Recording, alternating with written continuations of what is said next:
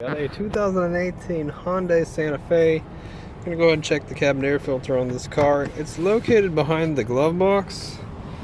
First step is going to be is disconnect the damper you have here. All you're going to need to do is just pull it this way and it'll disconnect. Okay. Then you're going to go over to these knobs here and you're going to turn them counterclockwise and they'll actually come off. Okay, counterclockwise. And one on this side too.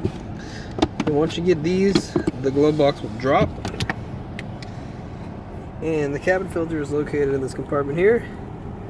And all you need to do is squeeze these on the side right here, and it'll come right off. The left side is actually just pushed into it right here. Alright, so I don't have a new cabin air filter, but if I need one, I'll order one. And if you need one, there should be a link down in the description box down below where you can get one. This one actually looks pretty good, so I'm not going to be ordering one.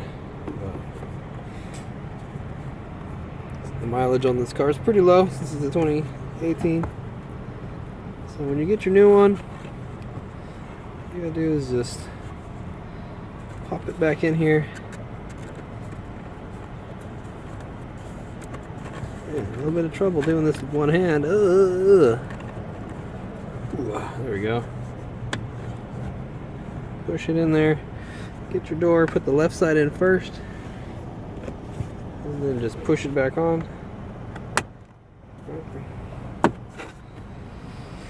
And then yeah, you can see how the damper works on this side here. Okay. What I'm going to do is I'm going to close the glove box. I'm going to hook the damper up, and that's going to hold the glove box up for me.